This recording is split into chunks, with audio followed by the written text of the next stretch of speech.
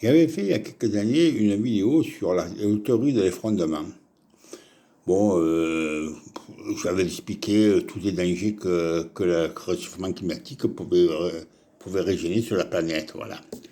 Mais ces derniers temps, je rencontre encore des gens, malheureusement, que quand tu leur parles du réchauffement climatique, hein, ils te disent, mais ça te dérange à toi que la planète se réchauffe? Moi, ça ne me dérange pas. Ça nous fera moins de chauffage l'hiver. Hein, ils ne se rendent même pas compte des dangers qui courent.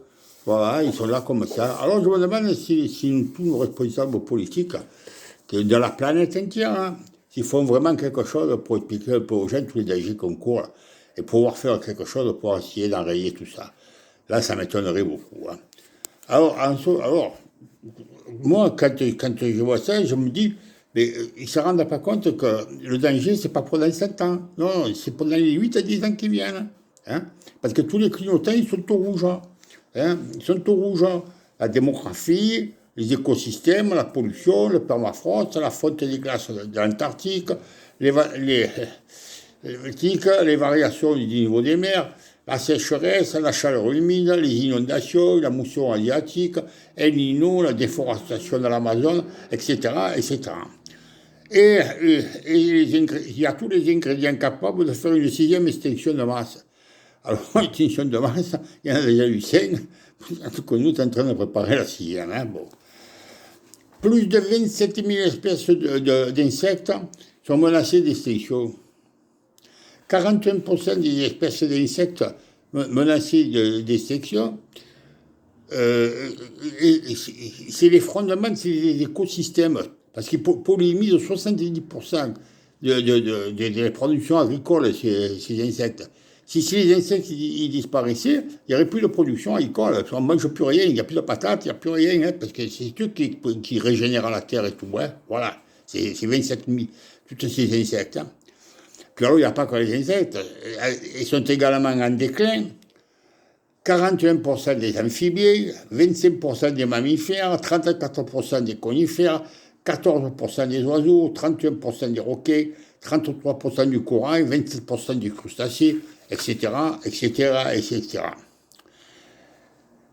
Alors, tout ça, ça amène à des réflexions quand même. Bon, hein, parce que c'est pas anodin tout ça. Bon, voilà. L'extraction des ressources fossiles, alors on parle-en. Minérales, métalliques et organiques. Ils sont passés, écoutez bien, hein, de 27 milliards de tonnes en 1970 à 92 milliards de tonnes à l'heure actuelle. Alors, vous voyez un petit peu tout ce qu'on extrait dans la Terre. Hein, bon, vous savez, quand on fait du genre de réflexion, hein, la plus belle femme du monde, on dit, elle ne peut donner que ce qu'on a. Bon. Eh bien, nous, notre planète, c'est pareil. Elle ne peut donner que ce qu'on a. Hein. Quand on aura tout pompé, toutes les ressources sur la planète, il n'y aura plus rien, ça sera l'extinction.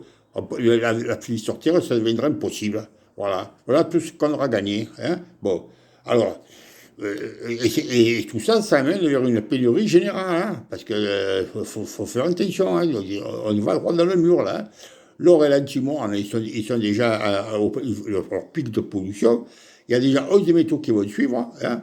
Il y a l'arsenic, le bismuth, l'indium, le lithium, le manganèse, le nickel, le molybdène, le tantane, l'argent, le télécure, le zinc. Voilà, tous les métaux qui servent à faire l'informatique, les smartphones et compagnie. Bon, alors si jamais on ne prend pas les mesures pour enrayer tout ça, ben, il faut quand même réfléchir. On n'est pas quand même des ânes, on n'est pas des bourricots. Hein. Oh, moi, quand je le vois arriver, tout ça, je me dis, mais c'est pas possible. Qu'il n'y a pas de réaction, ça me semble presque impensable. Voilà. Il n'y a pas que ça aussi. La pollution. 180 millilitres d'essence et 910 tonnes de charbon à la seconde, on brûle. À la seconde, hein, c'est pas la journée, hein, à la seconde. Hein. Alors, en plus, il y a la pollution maritime, la pollution aérienne, il y a tout. Les machines à laver, pour le lait. Ben, c'est pas possible. La mode, elle pollue 1200 fois plus que tous les avions de ligne. Hein. Alors, en partant de la culture du coton jusqu'à la machine à laver, tout ça, ça pollue. Et la machine à laver, quand vous faites la machine à laver, vous envoyez dans la mer et dans les océans du plomb, du mercure, des microfibres, du plastique, du polyester, du nylon, de l'acrylite.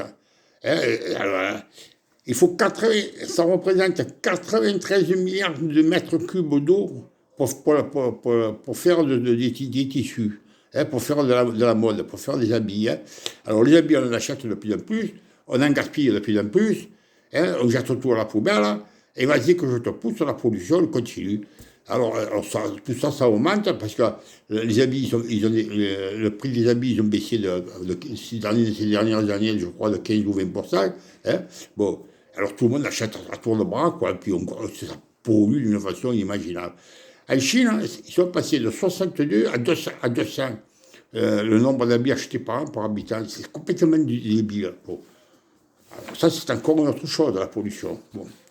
Après, entre-temps, il y a la Chine, il y a l'Inde et l'Allemagne qui ont trouvé. Alors la Chine et l'Inde, ils ouvrent des centrales à charbon toutes les semaines.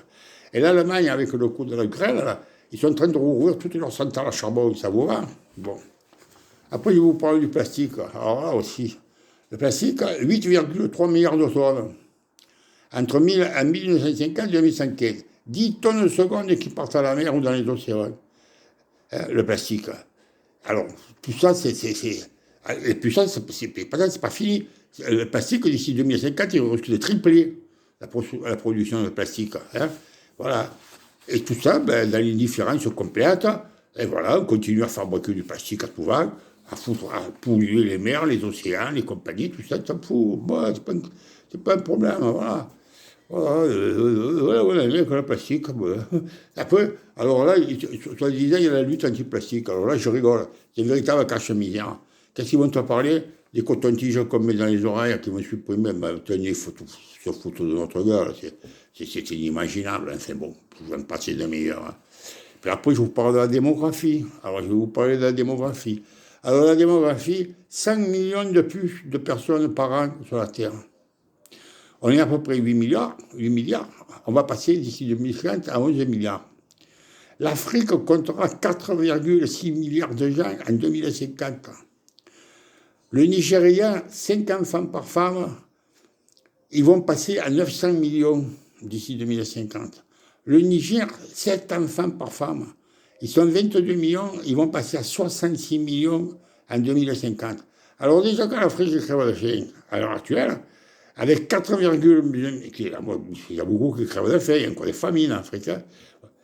Et ils vont passer à 4,6 milliards d'habitants.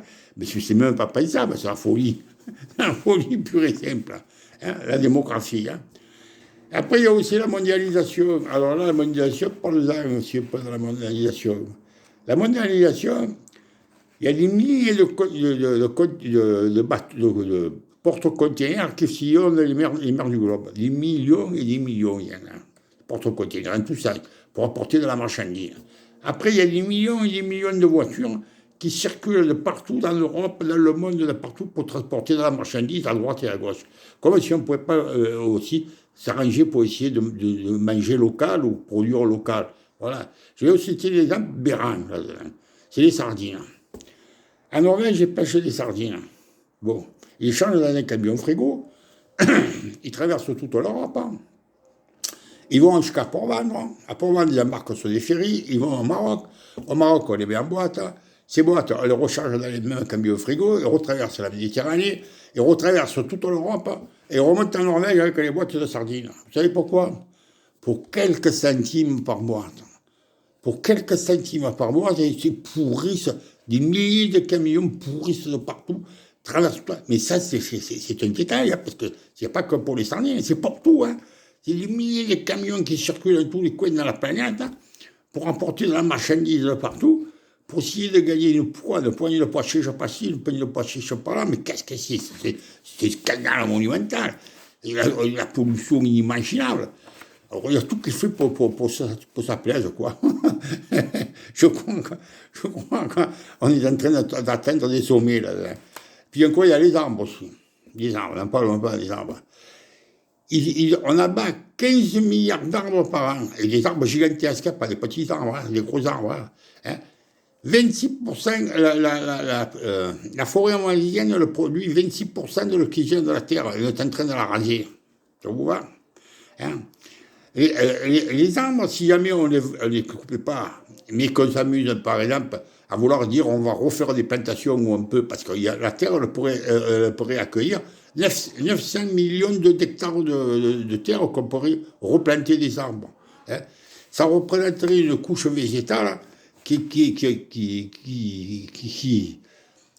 épongerait un tiers de toute la pollution mondiale qu'on a fait depuis l'ère